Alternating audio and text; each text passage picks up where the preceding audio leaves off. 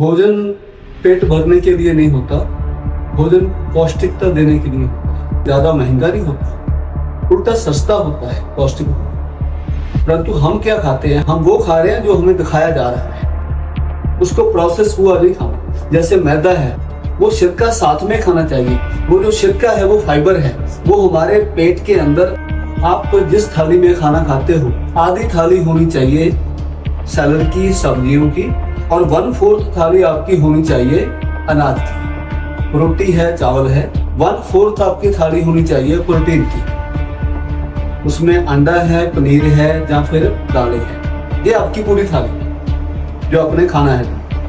और इसके अलावा आपका 300 ग्राम दिन में फ्रूट होना चाहिए। वो खाने के साथ नहीं, खाने के अलग। आप खाने के बाद 2 घंटे बाद, 4 घंटे बाद जब आपको भूख लगी आप खा ले। फ्रूट वो होना चाहिए जो आज के सीजन का है, जो आज सस्ता है, लोकल है, मिलता है।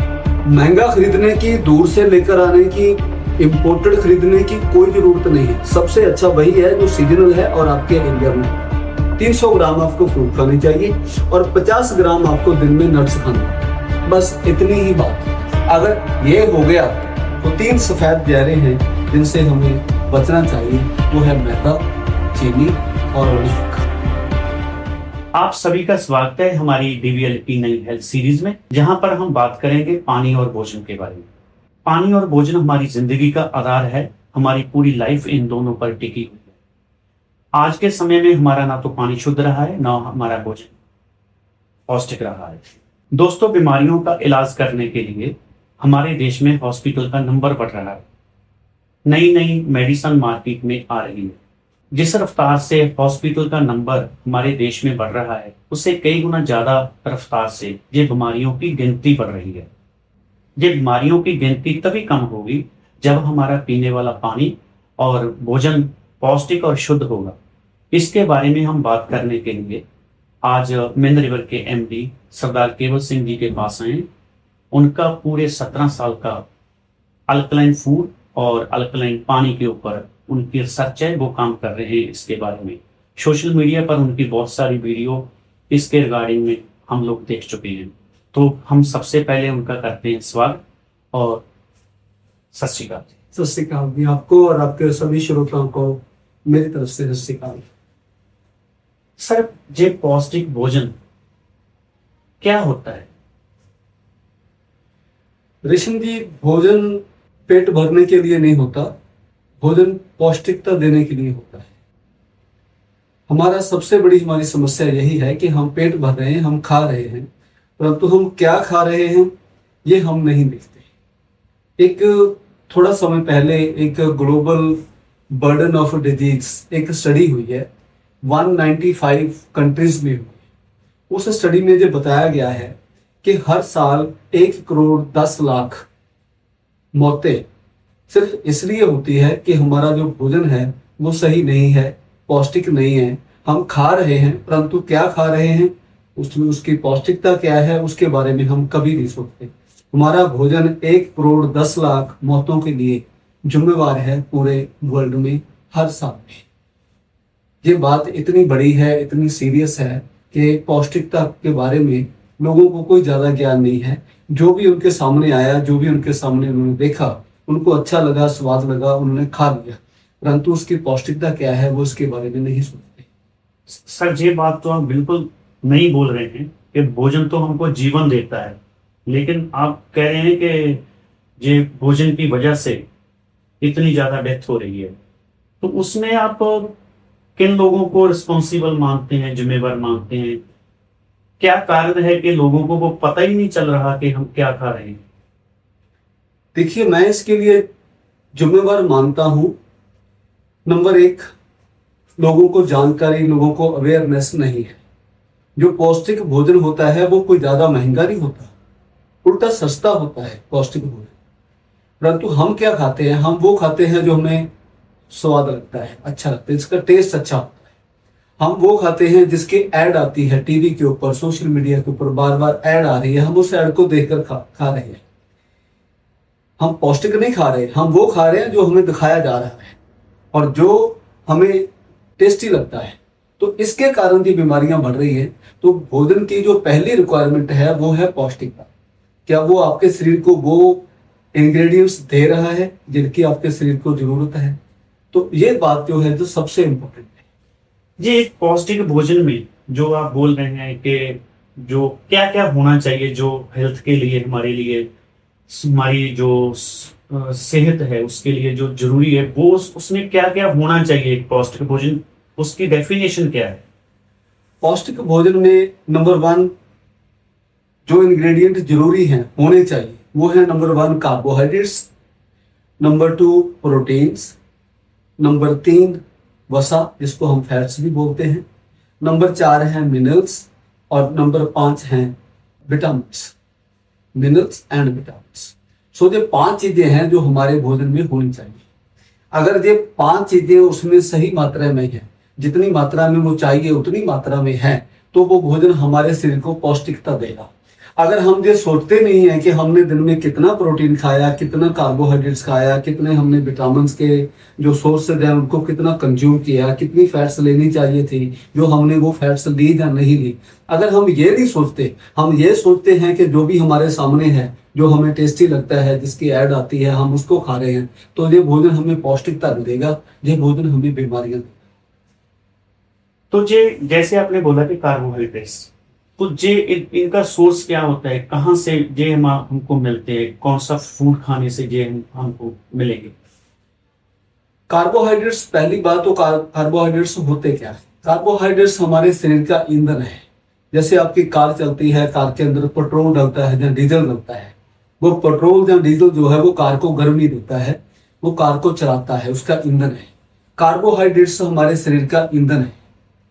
तो अगर हम कार्बोहाइड्रेट्स खाएंगे तभी हमारे शरीर को ऊर्जा मिलेगी, ऊर्जा कार्बोहाइड्रेट्स के बिना नहीं मिलती। तो कार्बोहाइड्रेट्स कहाँ से मिलते हैं? ये जो हमारे जितने भी अनाज हैं, चाहे वो गेहूं है, चाहे वो मक्का है, जौ है, बाजरा है, छोल, ये जो चना होता है, चना में तो खैर प्रोटीन ज्यादा होता है। इसके अलावा जितने भी अनाज हम खाते हैं, चावल हैं, ये सारे के सारे जो अनाज हैं ये हमें कार्बोहाइड्रेट्स देते हैं। कार्बोहाइड्रेट्स हमारा जो एक दिन का जितना हम खाना खाते हैं उसका 25% कार्बोहाइड्रेट्स होना चाहिए, 25%। अगर हम दिन में 1 किलो खाना खाते हैं तो उसमें से 250 ग्राम कार्बोहाइड्रेट्स होने चाहिए। और दूसरी बात, ये डिपेंड करता है कि हम कितना काम करते हैं, हमें कितनी एनर्जी चाहिए। जो आदमी फिजिकल वर्क ज्यादा करता है उसके लिए ये ज्यादा चाहिए, जो आदमी फिजिकल वर्क कम करता है उसके लिए ये कम चाहिए। और ये बैलेंस चाहिए। ऐसा नहीं है कि हम कम खाएंगे तो हम कमजोर हो जाएंगे, अगर हम ज्यादा खाएंगे तो ज्यादा से उल्टा हो जाएगा। उल्टा क्या हो जाएगा कि जो कार्बोहाइड्रेट्स हैं वो हमारे शरीर में जमा होने लगेंगे। अगर कार में आप तेल डाल रहे हैं तो चलो कार की तो टैंकी है वो उछल जाती है, पता चल जाता है कि हम तेल ज्यादा नहीं डालते, मगर अगर डाल रहे हैं तो वो तेल जो है वो कार के अंदर ही जम रहा है। अगर वो जम रहा है तो वो हमें मोटा कर रहा है, हमारे यहाँ जो फैट बढ़ रहा है, तो बीमारियों भी लगा रहे हैं। बिल्कुल, कार्बोहाइड्रेट्स उतने ही खाने चाहिए जितने हमें जरूरत है। बैलेंस डाइट होनी चाहिए। जितना भोजन हम खा रहे हैं उसमें से 25%, 25% कार्बोहाइड्रेट्स होने चाहिए। कार्बोहाइड्रेट्स खाने में एक बात का हमें और ख्याल रखना चाहिए, कार्बोहाइड्रेट्स हमें वो खाने चाहिए जिसके साथ फाइबर हो। अगर फाइबर होगा तो वो हमारी गट्स में अच्छी तरीके से ट्रेवल करता है, जो हमारी फूड पाइप है वो उसके अंदर अच्छे तरीके से वो ट्रेवल करता है। अगर उसके अंदर फाइबर नहीं है, सिर्फ ग्लूटीन है, सिर्फ उसके अंदर जो उसका कार्बोहाइड्रेट पार्ट, ग्लूकोज पार्ट ज्यादा है और फाइबर नहीं है, तो वो हमारे पेट के अंदर, हमारी फूड पाइप के अंदर जमने लगता है। जब वो जम जाता है उसके ऊपर तो वो फूड पाइप का जो फंक्शन है, जो काम है, वो बहुत ज्यादा अवरुद्ध हो जाता है। तो उसके कारण ये उल्टा नुकसान करता है। सो जब भी हमने कार्बोहाइड्रेट्स खाने हैं तो हमने होल सीरियल्स खाने हैं। होल सीरियल्स का मतलब पूरे का पूरा अनाज खाना है, उसको प्रोसेस हुआ नहीं खाना। जैसे मैदा है, मैदा क्या है, वो आटे को प्रोसेस करके मैदा बनाया गया है। मैदा खाना हानिकारक है क्योंकि मैदे के अंदर फाइबर नहीं है। जो गेहूं का छिलका है, जो छिलका है उसका, अनाज का छिलका है, वो छिलका साथ में खाना चाहिए। वो जो छिलका है वो फाइबर है, वो हमारे पेट के अंदर उसकी जो मूवमेंट है सीरियल की, उसकी मूवमेंट है जो अनाज की, उसको आगे अच्छे तरीके से उसको चलाता है ताकि वो हमारी फूड पाइप से बाहर अच्छे तरीके से निकल सके, उसके अंदर वो जम ना जाए। तो कार्बोहाइड्रेट खाने के समय 2-3 बातों का ख्याल रखना चाहिए। नंबर 1, जितनी जरूरत है उतना खाना चाहिए, जरूरत से ज्यादा नहीं खाना चाहिए। अगर खाओगे तो आपके अंदर फैट बढ़ने लगेगा। और ये जो कार्बोहाइड्रेट है ये शुगर कन्वर्ट होकर आपको डायबिटीज भी करेगा और आपका मोटापा भी बढ़ाएगा। और दूसरी बात, जब भी आपने कार्बोहाइड्रेट खाना है तो आपने फाइबर के साथ खाना है। और तीसरी एक बात और, जिस कार्बोहाइड्रेट के अंदर जो भी आप खाना खा रहे हो वो ज्यादा मीठा है, उसके अंदर ग्लूकोज ज्यादा है, वो मत खाइए। जैसे प्रोसेस्ड चीनी है, चीनी ज्यादा खाओगे तो चीनी खाने से आपके अंदर ग्लूकोज की मात्रा एकदम बढ़ेगी और इतना ग्लूकोज आप हजम नहीं कर पाओगे, कंज्यूम नहीं कर पाओगे, इतनी कैलोरीज को आप जला नहीं पाओगे। तो वो जो शुगर है उसका जो फैट है वो फैट बनकर आपके अंदर वो जमा होने लगेगा और जो मीठा है, मीठा धीरे धीरे तेजाब में कन्वर्ट होगा और आपकी बॉडी एसिडिक रहने लगेगी, तो उससे भी आपको नुकसान होगा। सो 3 बातें हैं। नंबर 1, जरूरत जितना खाना चाहिए, जरूरत से ज्यादा नहीं खाना चाहिए। नंबर 2, ज्यादा मीठे कार्बोहाइड्रेट्स हैं वो नहीं खानी चाहिए। नंबर 3, जब भी कार्बोहाइड्रेट खाना है तो उसको पूरे फाइबर के साथ खाना चाहिए, प्रोसेस्ड नहीं खाना। तो जैसे आपने कार्बोहाइड्रेट्स के बारे में बताया, तो नेक्स्ट जो आपने बताया था प्रोटीन। तो एक आदमी को एक दिन में प्रोटीन कितनी मात्रा से लेनी चाहिए और इसके सोर्सेस क्या है, तो इसका हमारे शरीर में वो फंक्शन क्या है प्रोटीन का? रेशम जी, प्रोटीन हमारे शरीर का बिल्डिंग मटेरियल है। जैसे जो कार है वो प्लास्टिक और लोहे की बनी होती है, तो जो हमारा शरीर है जो प्रोटीन का बना हुआ है। हमारे मसल जो है जो वो सारे प्रोटीन से बनते हैं।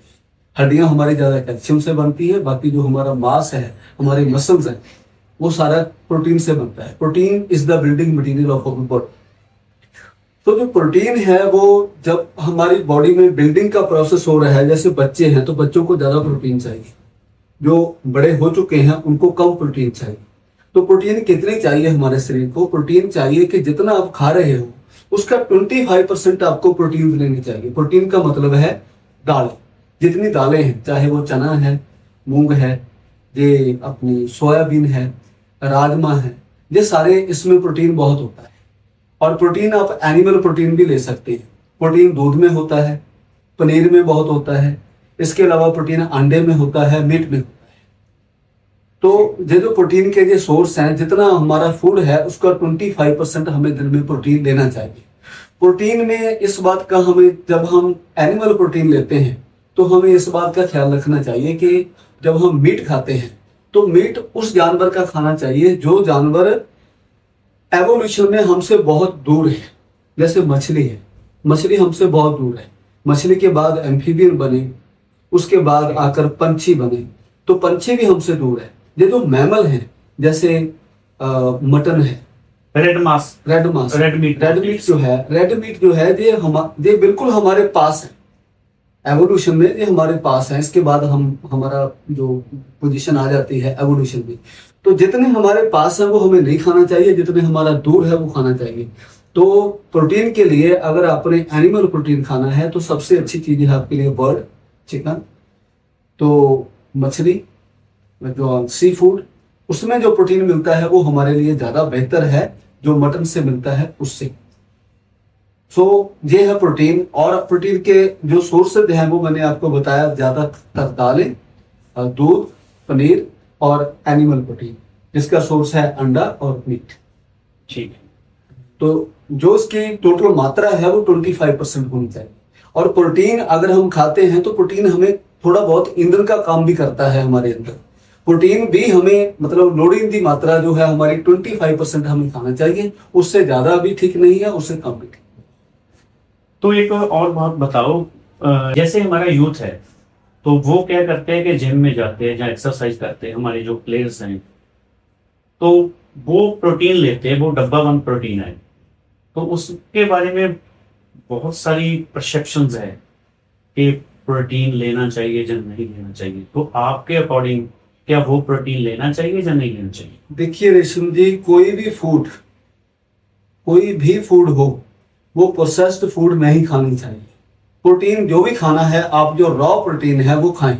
दाल में मिलता है, चने में मिलता है, राजमा में मिलता है, सोयाबीन में मिलता है। आप रॉ खाएं।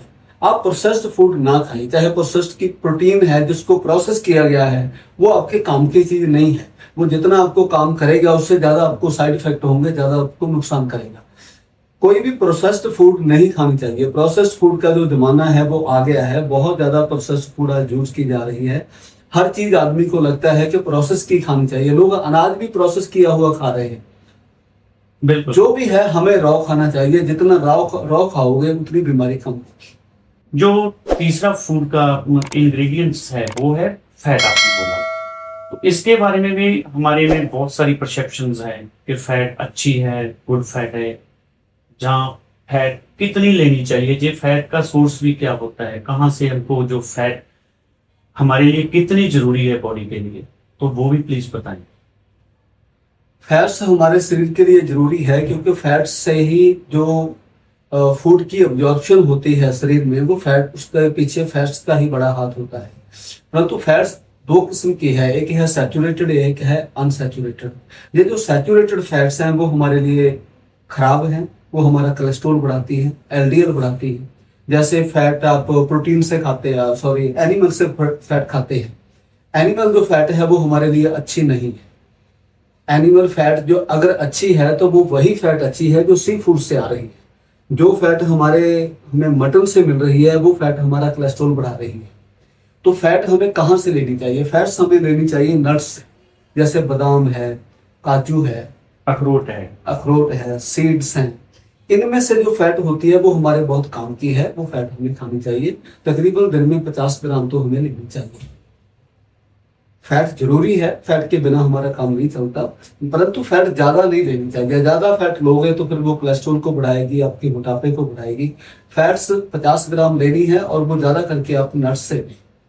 हाँ जी, आपने जो लास्ट वाला बताया, जो हमारे फूड में है मिनरल्स एंड विटामिन, तो मैं आपको पहले ये पूछता हूँ कि जैसे मार्केट में बहुत सारे कंपनी विटामिन और मिनरल्स लेकर आ रही है, बहुत कॉस्टली होते हैं। मैं आपसे ये जानना चाहता हूँ कि एक तो ये हमारे इसकी बॉडी के लिए कितनी जरूरत है, और दूसरी क्या हमारा जो हम घरेलू भोजन है उसके उस फूड में ये रिक्वायरमेंट पूरी हो जाती है इनकी, जो हम विटामिन और मिनरल बॉडी को चाहिए, जहाँ हमको जो बाहर से कंपनियों वाले जो आते हैं वो लेने ही पड़ेंगे।